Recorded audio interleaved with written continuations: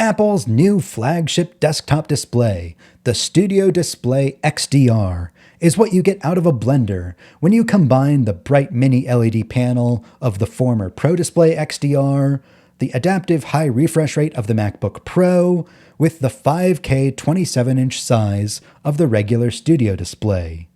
It's a brilliant combination. At $32.99, it's significantly cheaper than the monitor it replaces, albeit a little smaller. Apple made much smarter trade-offs on what to include and what to leave out. Ironically, now it's the $15.99 regular Studio Display that's the bunk product in Apple's lineup. It misses the top new feature, 120Hz adaptive sync, and it's almost twice as much as the new competition from Asus, BenQ, and ViewSonic. The Studio Display XDR stands tall in a class of its own. 3 features make Apple displays stand out from the crowd. The build quality and materials are leagues above everything else, with milled aluminum bodies that are incredibly sturdy. Apple displays offer much higher resolution, delivering super crisp text and images.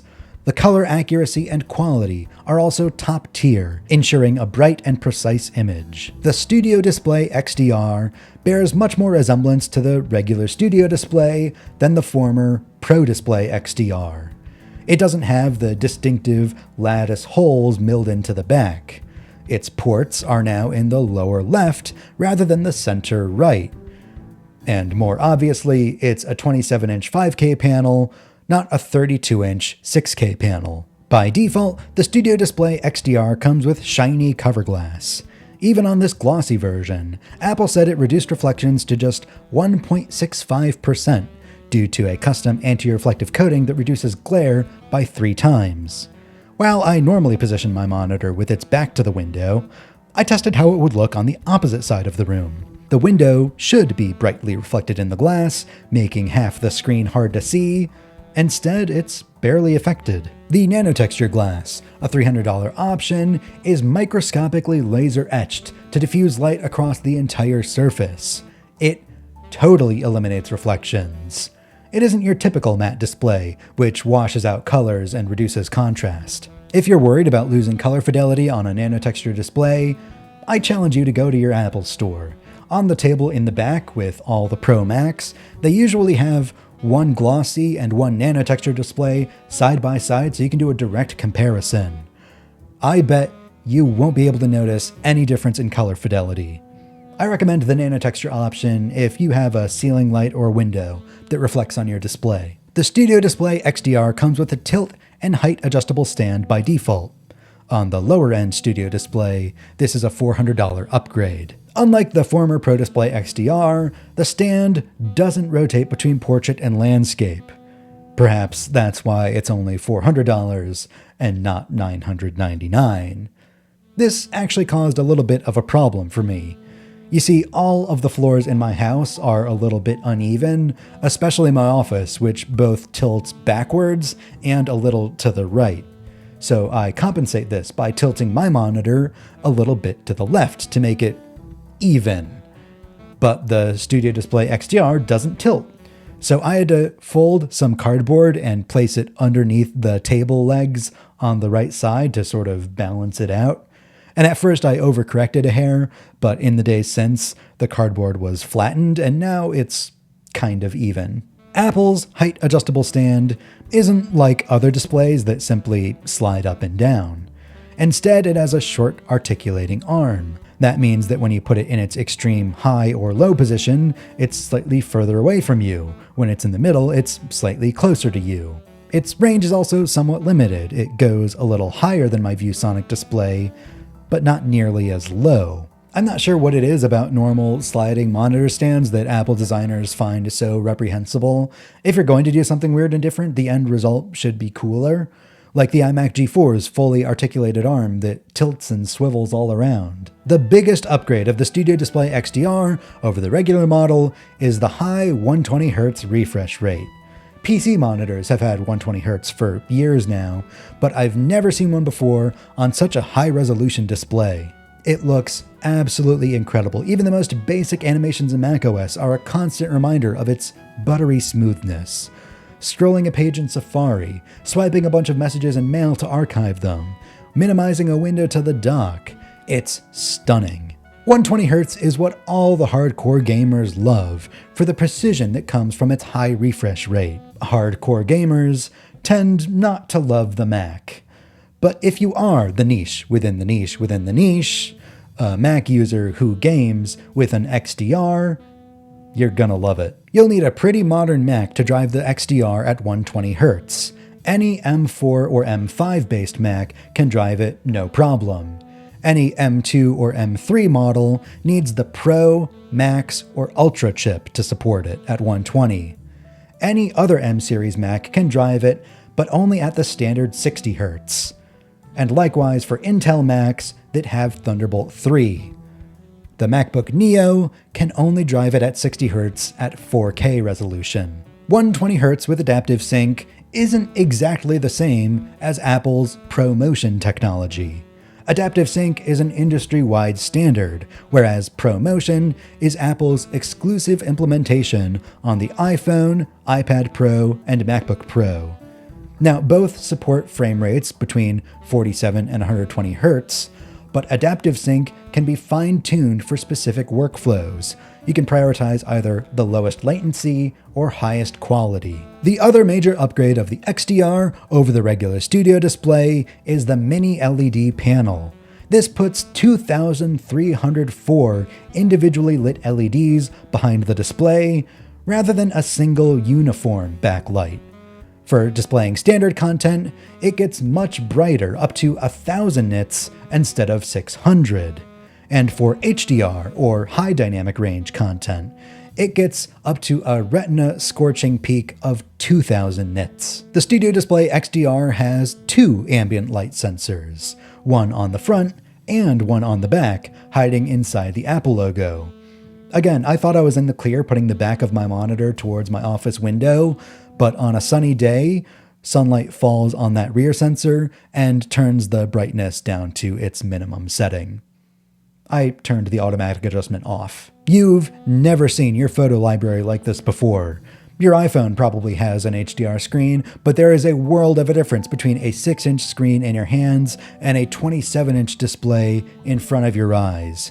Your favorite shows and movies, like Doctor Who, and probably some other ones too, I wouldn't know, have never looked better. Unlike an OLED display where each pixel is individually lit, this mini LED panel lights up clusters of 6,400 pixels at a time.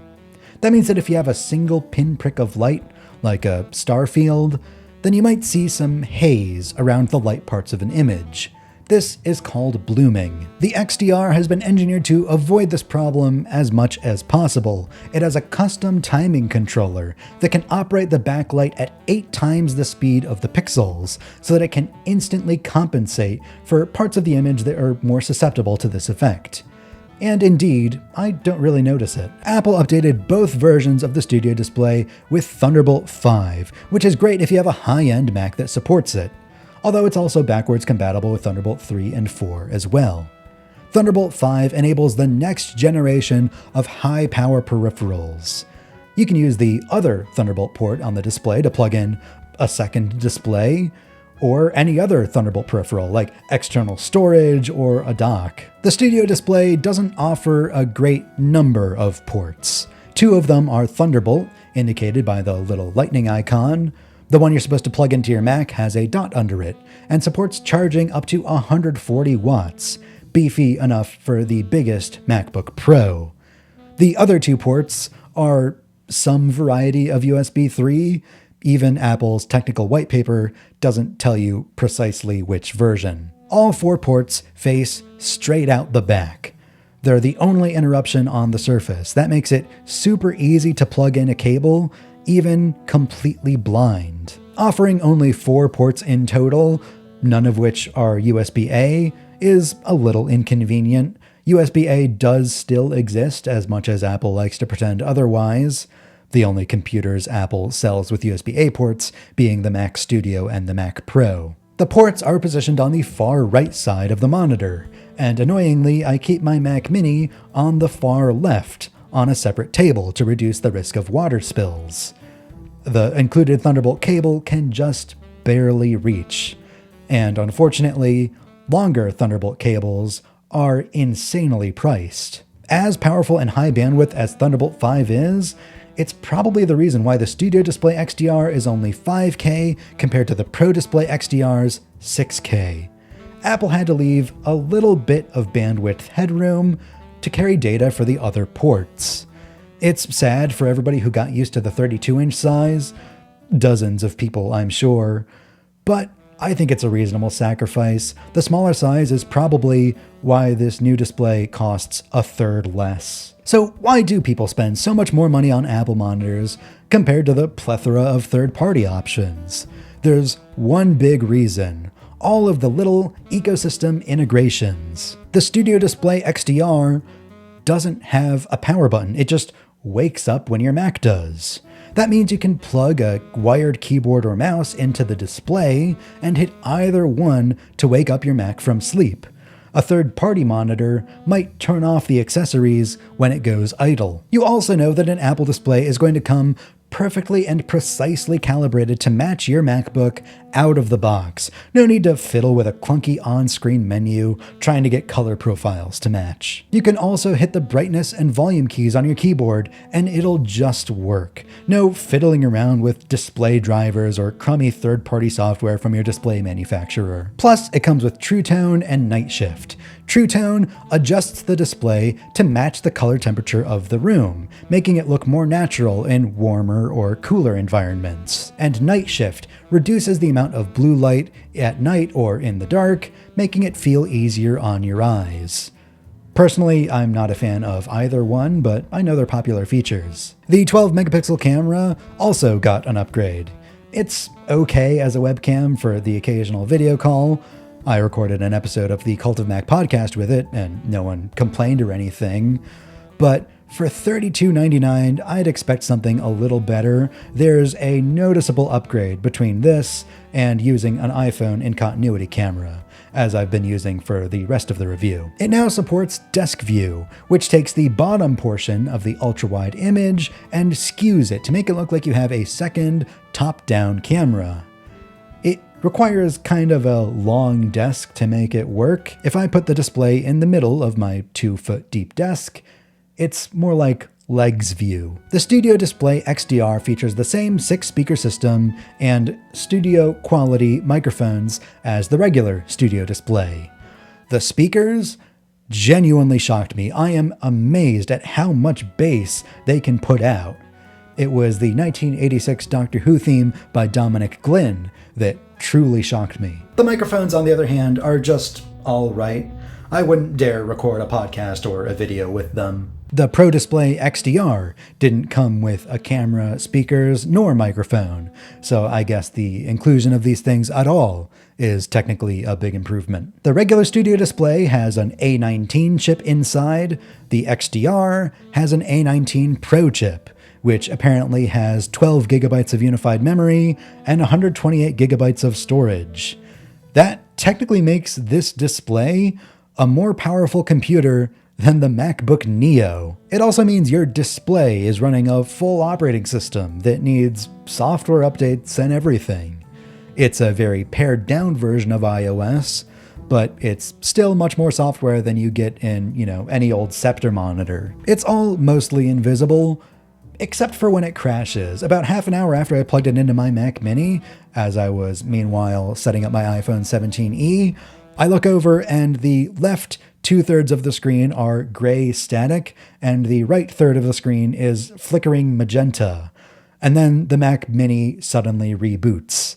Either the Mac Mini or the display had a kernel panic or something.